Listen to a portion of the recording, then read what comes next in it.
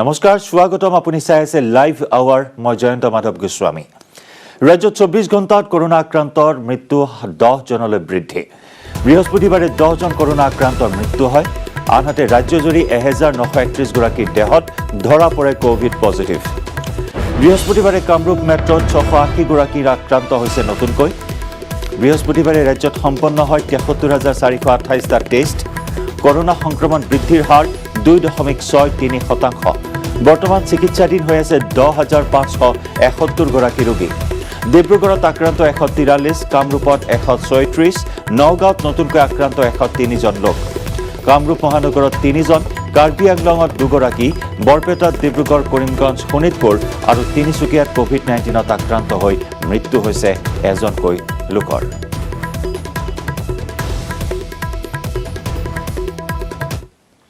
মহানগৰীত কৰোনাত আক্ৰান্ত দুৰ্ধৰ্ষ চোৰ কৰোনাত আক্ৰান্ত নুৰ মহম্মদ নামৰ এটা চোৰ আদালতত হাজিৰ কৰোৱাৰ পূৰ্বে চোৰটোৰ দেহত ধৰা পৰে কোভিড পজিটিভ বশিষ্ঠ আৰক্ষীৰ জিম্মাত আছিল কৰোনাক্ৰান্ত চোৰটো 17 এপ্ৰিলত হাতীগাঁৱৰ সিজুবাৰীত সংঘটিত কৰিছিল চুৰি কাৰ্য হাতীগাঁও আৰক্ষীয়ে গ্ৰেপ্তাৰ কৰিছিল 3টা চোৰক ধৃত চোৰৰ গ্যাংটোক হাতীগাঁও আৰক্ষীয়ে সমজাই দিছিল বশিষ্ঠ আৰক্ষীক চোৰ কৰোনাত আক্ৰান্ত হোৱাৰ পিছতে এতিয়া শংকিত বশিষ্ঠ আৰক্ষী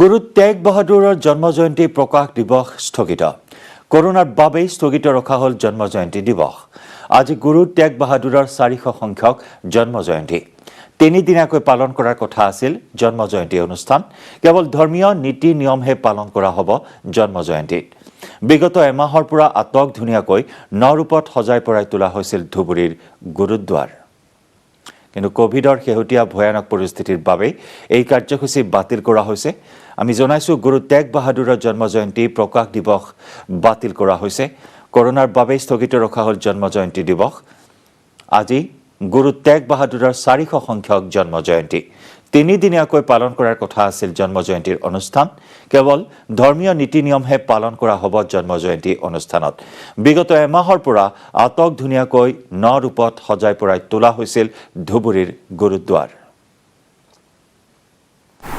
इसकी तैयारी के लिए हमने 4 महीने पहले से ही प्रशासन से संबंध किया था डीसी साहब से एसपी साहब से उन्होंने क्या भी ठीक है अभी तो माहौल कुछ ठीक है हम लोग ये जो अपना प्रोग्राम है सेलिब्रेशन है मनाएंगे उसके तहत हमने बहुत बड़े बड़े प्रोग्राम लिए थे स्पेशल रिलीजियस ट्रेन सेंक्शन करवाई थी रेलवे मिनिस्ट्री की तरफ से पंजाब के जो हमारे तख्त हैं उनके भी हम लोगों ने जथेदारों को जो सुप्रीम हैं हमारे जज उनको भी बुलाया था 18-20 आदमी हमारे कीर्तनीय पंजाब से आने वाले थे पटना साहब से आने वाले थे सिचुएशन को देखते हुए और स्टेट गवर्नमेंट की गाइडलाइन को देखते हुए हमने सब कुछ रद्द कर दिया उसको क्योंकि कोरोना कोविड-19 जो है अभी स्प्रेड इतनी ज़ोर से हो रहा है कि हम प्रशासन भी कोई रिस्क नहीं लेना चाहता गुरुद्वारे की मैनेजमेंट भी कोई रिस्क नहीं लेना चाहते इसलिए हमने 3 दिन पहले रेलवे भी जो हमने रिलीजियस रेल प्रबंध की थी वो भी कैंसिल कर दी बाहर से जितने भी हमारे वीआईपीज आने वाले थे सबको रोक दिया और जो हमारे डेलीगेट्स हैं हमारे गुरुद्वारा में आने वाले शरणार्थी हैं जो पुजारी हैं पूजा करने आना था उनको भी हमने बोला भी आप बहुत कम तादाद में आइए और जो भी आएगा यहाँ पे गवर्नमेंट हो सकता है आपकी कोविड टेस्ट भी कराए तो जिन हाथों से हम लोगों ने सारा प्रबंध किया था हमें भी दुख लग रहा है कि उन्हीं हाथों से हम लोग ये प्रोग्राम जो है अभी टोटल घटा रहे हैं एकदम मिनिमाइज़ कर रहे हैं मेरे ख्याल से 10% की तादाद पर ही हम लोग ये प्रोग्राम कर पाएंगे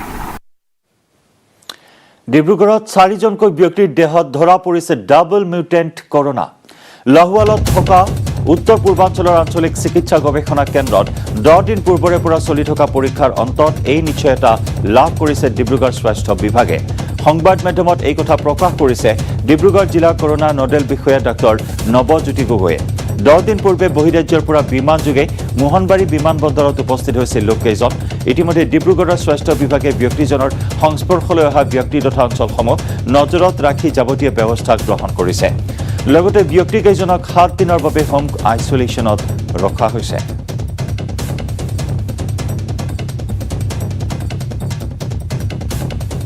আজি কিছুদিনৰ আগতে লাহোৱাল RMRC এটা ৰেণ্ডম চেম্পলিং কৰিছিলে। ৰেণ্ডম চেম্পলিংটো এনেকুৱা ধৰণৰ কৰিছিলে, এয়াৰপৰ্টত যিমানবিলাক মানুহ বাহিৰৰ পৰা আহিছিলে তেওঁলোকৰ মাজৰ পৰা কিছুমান ৰেণ্ডম চেম্পল, চিলেক্টেড নহয়, ৰেণ্ডম চেম্পল 4টা কালেকশ্যন কৰি লৈছিল। কালেক্টৰ অফিচত 5টা চেম্পল কালেক্ট 6টা চেম্পল কালেকশ্যন কৰিছিলে, তাৰ ভিতৰত 4টা পজিটিভ পাইছে। পজিটিভ সেইটো হ'ল যিটো SA ভেৰিয়েণ্ট বুলি কয়, সেইটো ডাবল মিউটেণ্ট। এই দুটাৰ তাৎপৰ্যপূৰ্ণ এইটোৱেই যে আগৰ যিটো ভেৰিয়েণ্ট আমাৰ ইয়াত হৈ আছিলে সেইটোতকৈ এই দুটা খুব বেছি ইনফেকচিয়াছ, কিন্তু এতিয়ালৈকে যিটো দেখা গৈছে আগৰটোতকৈ বেছি ভিৰুলেণ্ট নহয়, কিন্তু বেছি ইনফেকচিয়াছ হ'লে বেছি মানুহ ইনফেক্ট হ'ব। সেইকাৰণে আমাৰ ছিৰিয়াছ পেচেণ্টৰ সংখ্যাও তেনেকৈ বাঢ়ি যাব। আগতে যেনেকৈ আমি 15,000 কেছ পাইছিলোঁ, 15,000 কেছত আমাৰ যিমানখিনি ছিৰিয়াছ হৈছিলে, এতিয়া হয়তো তাতকৈ বেছি যদি সংখ্যা 30,000 40,000 হৈ যায়, তেতিয়াই ছিৰিয়াছ পেচেণ্টৰ সংখ্যাটো বাঢ়িব। আজি প্ৰধানমন্ত্ৰী নৰেন্দ্ৰ মোদীৰ পৰ্যালোচনা বৈঠক। কোভিড সন্দৰ্ভত ভাগ ল'ব এক উচ্চ পৰ্যায়ৰ বৈঠকত। কৰোনাৰ শেহতীয়া পৰিস্থিতি সন্দৰ্ভত আলোচনা কৰা হ'ব এই বৈঠকত, আৰু এই বৈঠকৰ বাবেই মোদীৰ পশ্চিমবংগৰ ভ্ৰমণসূচী বাতিল কৰা হৈছে। প্ৰধানমন্ত্ৰী নৰেন্দ্ৰ মোদীয়ে পশ্চিমবংগত প্ৰায় 5টা ৰেলীত অংশগ্ৰহণ কৰাৰ কথা আছিল, কিন্তু উচ্চ পৰ্যায়ৰ এক বৈঠকত আজি মিলিত হ'ব প্ৰধানমন্ত্ৰীগৰাকীয়ে। কোভিড সন্দৰ্ভত শেহতীয়া পৰিস্থিতি সন্দৰ্ভত আলোচনা কৰা হ'ব এই উচ্চ পৰ্যায়ৰ বৈঠকত, আৰু তাৰ বাবেই পশ্চিমবংগৰ ভ্ৰমণসূচী বাতিল কৰিছে, আৰু তাৰ পৰিৱৰ্তে ভাৰ্চুৱেল ৰেলীত অংশগ্ৰহণ কৰিব মোদীয়ে।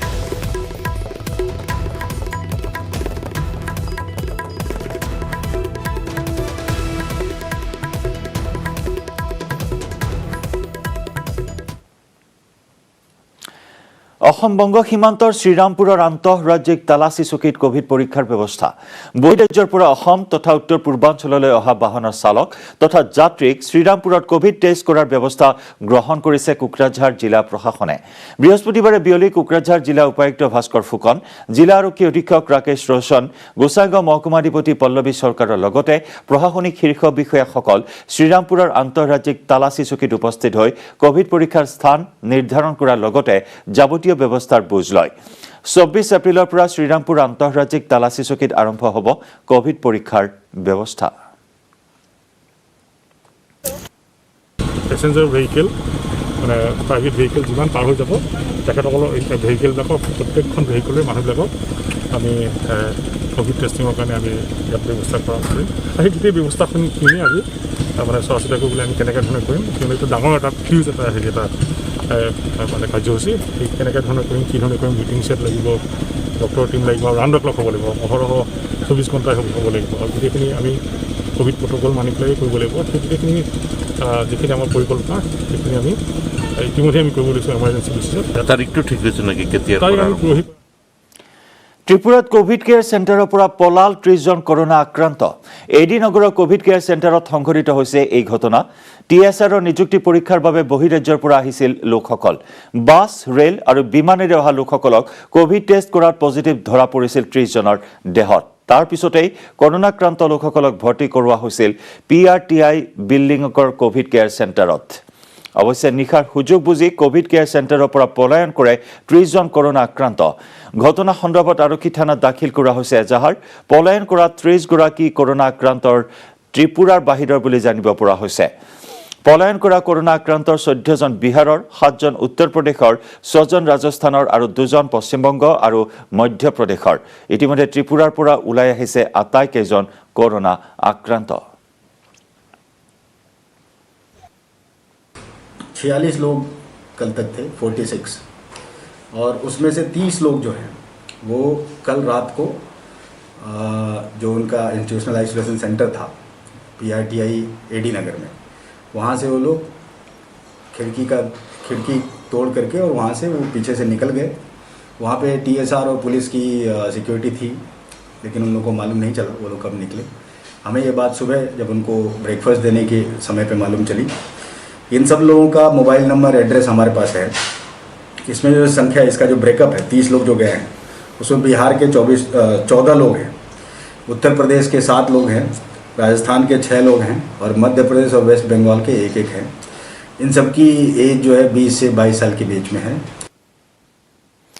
পশ্চিম গুৱাহাটী কমাৰ্চ কলেজত কৰোনা আতংক কলেজখনৰ 3গৰাকী অধ্যাপক কৰ্মচাৰী কোভিড পজিটিভ বুধবাৰে কৰোনাত আক্ৰান্ত হৈছিল এগৰাকী প্ৰবক্তা আৰু বৃহস্পতিবাৰে দুজন কৰ্মচাৰীৰ দেহত কোভিড পজিটিভ ধৰা পৰে আৰু তাৰ পিছতে এতিয়া চিন্তিত হৈ উঠিছে কলেজ কৰ্তৃপক্ষ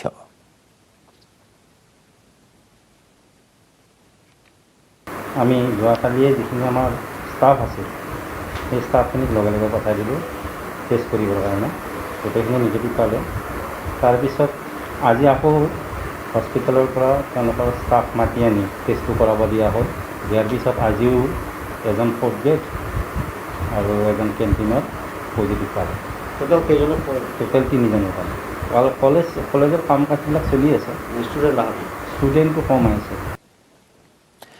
লাইভ আৱাৰত আমি খবৰৰ ধাৰা অব্যাহত ৰাখিম লৈছোঁ এটি বাণিজ্যিক বিৰতি তাৰ মাজতো বিমানবন্দৰত কোভিড টেষ্ট নকৰাকৈ পলাল 300 যাত্ৰী তাৰ পিছতে উদ্বিগ্ন জিলা প্ৰশাসনে 300 যাত্ৰীৰ বিৰুদ্ধে দাখিল কৰিলে এজাহাৰ কিন্তু কোৰ্ট সংঘটিত হৈছে এই চাঞ্চল্যকৰ ঘটনা কাছাৰত হাহাকাৰ শিলচৰ বিমানবন্দৰৰ পৰা পলায়ন 300 বিমান যাত্ৰী কোভিড টেষ্ট নকৰাকৈ বৰ্হিৰাষ্ট্ৰৰ পৰা অহা লোকে পলায়ন কৰাক লৈ উদ্বিগ্ন জিলা প্ৰশাসন কাছাৰ জিলা প্ৰশাসনে 300 যাত্ৰীৰ বিৰুদ্ধে দাখিল কৰিলে এজাহাৰ শিলচৰৰ কুম্ভীৰগ্ৰাম বিমানবন্দৰৰ ঘটনা বিমানবন্দৰটোত বুধবাৰৰ পৰা আৰম্ভ হৈছে কোভিড টেষ্ট কিন্তু চৰকাৰী নীতি নিৰ্দেশনা নামানি বিমানবন্দৰটোৰ পৰা কোভিড টেষ্ট নকৰাকৈ পলায়ন কৰে 300 যাত্ৰীয়ে বিমান অৱতৰণৰ পিছতে কুম্ভীৰগ্ৰাম বিমানবন্দৰৰ পৰা শাৰী শাৰী গাড়ীৰে ততাতয়াকৈ পলায়ন কৰে যাত্ৰীসকলে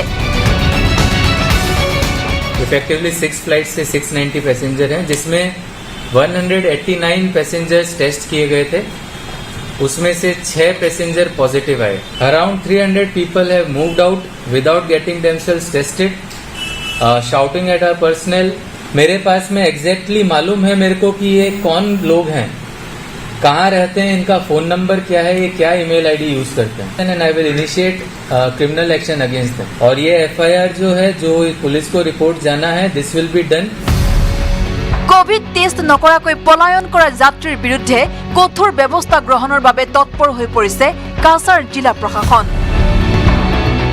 শিলচৰৰ পৰা Aniruddha Laskar news 18 Assam north east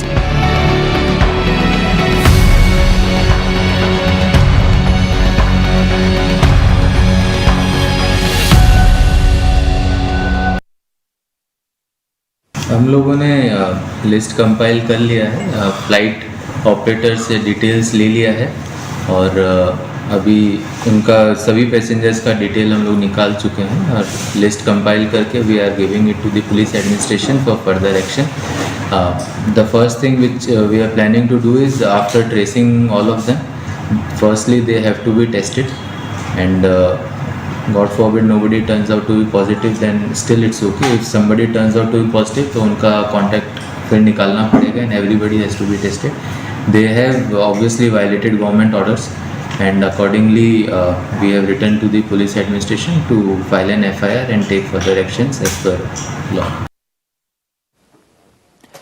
Karbi আংলঙত ক্ৰমাৎ বৃদ্ধি কৰোনা আক্ৰান্তৰ সংখ্যা কাৰ্বি আংলঙৰ জিলা সত্ৰ ন্যায়াধীশ কোভিড পজিটিভ কৰোনাত আক্ৰান্ত ন্যায়াধীশ আব্দুল হাকিম পাহাৰীয়া জিলাখনত 2 শতাধিক লোক আক্ৰান্ত হৈছে কোভিড 19ত टूरिस्ट नंबर हिसेबे तो एबार मैंने हमार खूब भाल चली से हमार काजीरंगार एबार टूरिस्ट विजिटर ते रेकॉर्ड हुई से एबार 1,98,000 ऊपर के टूरिस्ट आई से और रेवेन्यू हिसेबे मैंने हमार कंबाउट अर्लियर रेवेन्यू मैंने हमार अराउंड 30% रेवेन्यू मैंने एबार कमी से ना काजीरंगा तो जनरली अगर पर अपन जाने मैंने तो अप्रैल माह तो बंदे हो जाए अप्रैल तो मैंने टूरिस्ट और विजिटर बेसी तक कारण टू मे माह भी मैंने हमारे सेकंड और थर्ड वाइक लेके खुला तक और मेनली बारगुन प्री मानसून के मॉनिटर करे और जोकाली पूरा मैंने तो अकोड हमारे कोविड प्रोटोकॉल मैंने स्ट्रिक्टली मैंने इम्प्लीमेंट करा तो ओनली 50% आम मैंने विजिटर्स बिलक मैंने पर वेहिकल आम अलाउ करियासो और एने विजिटर फ्लो मैंने काजीरंगा लास्ट एक हफ्ता मैंने खूब कम चली आसे तो टोटल कैपासिटी तो ओनली अराउंड 10% चली आसे और बाकी डिसीजन बिलक आम सिचुएशन मॉनिटर करियासो बेस करी फार्दर डिसीजन बिलक आम लो কোভিডৰ দ্বিতীয় ঢৌৱে সমগ্ৰ দেশৰ লগতে অসমতো ভয়াৱহ ৰূপ ধাৰণ কৰিছে। দিনে দিনে কোভিডত আক্ৰান্তৰ সংখ্যা বৃদ্ধি হৈ গৈ আছে। কোভিডৰ এনে বিপদজনক পৰিস্থিতিৰ প্ৰতি লক্ষ্য ৰাখি ৰঙিয়া নগৰ চেনিটাইজ কৰিলে মহকুমা প্ৰশাসনে। শুকুৰবাৰৰ পৰা ৰঙিয়া নগৰখন চেনিটাইজ কৰাৰ প্ৰক্ৰিয়া ইতিমধ্যেই আৰম্ভ কৰা হৈছে। লক্ষণীয় যে যোৱা কিছুদিনত ৰঙিয়াত দ্ৰুতগতিত বৃদ্ধি পাইছে কোভিড-19ত আক্ৰান্তৰ সংখ্যা, যাক লৈ এতিয়া শংকিত হৈ উঠিছে ৰঙিয়াৰ সচেতন মহল। যাৰ বাবে মহকুমা প্ৰশাসনে ৰঙিয়া পৌৰসভাৰ সহযোগত ৰঙিয়া নগৰৰ ব্যৱসায়িক প্ৰতিষ্ঠান, বিদ্যালয়, মহাবিদ্যালয়, চৰকাৰী কাৰ্যালয়সমূহ চেনিটাইজ কৰাৰ ব্যৱস্থা গ্ৰহণ কৰিছে। মাজত যেটো সজাগতা এইটোৱে আমাৰ এতিয়া প্ৰাইম লক্ষ্য, কিয় বহুত মানুহ এতিয়া অধিক সংখ্যক মানুহে এতিয়াও মাস্ক পিন্ধা নাই। সো ফাইনটো লৈ আছো, কিন্তু ফাইন লোৱাৰ সৈতে বহুত মানুহে এতিয়াও টাউনত তথাপি অলপ পিন্ধিছে। গাঁও অঞ্চলতো মই কালি ভিজিট কৰিছিলোঁ। এতিয়াতো কৰোনা টাউন বুলি নহয়, গাঁৱতো লাহে লাহেকৈ স্প্ৰেড হ'ব পাৰে।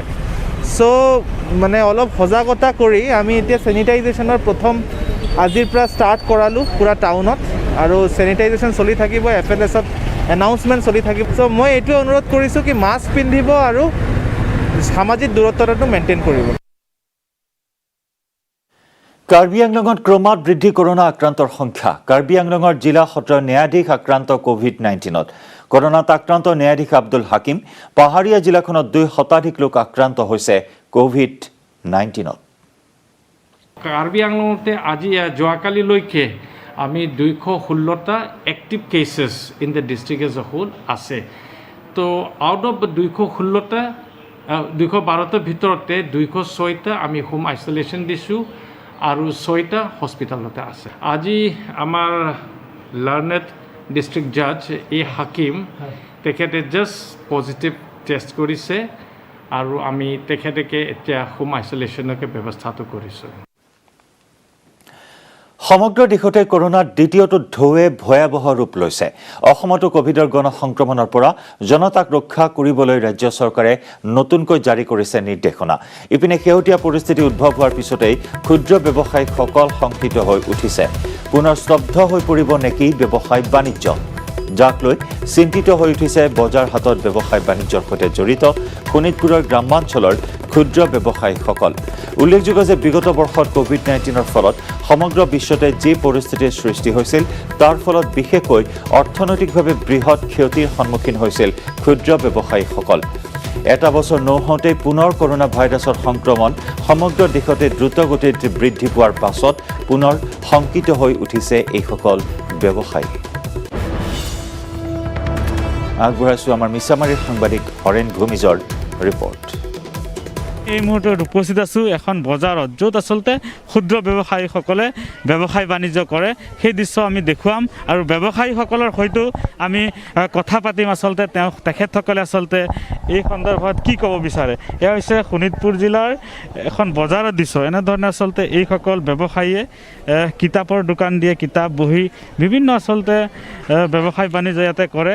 কিন্তু আচলতে যিহেতু কোভিডৰ সংক্ৰমণ ভয়াৱহ ৰূপত আৰম্ভ হৈছে, বজাৰসমূহতো আচলতে ইয়াৰ প্ৰভাৱ পৰা দেখা গৈছে। বজাৰসমূহত গ্ৰাহক নাই, গ্ৰাহক নিমাওৱা অৱস্থাত ব্যৱসায়ীসকলে এনে বহি দিন পাৰ কৰিব লগা হৈছে। এনেধৰণে চাওক এই দৃশ্য।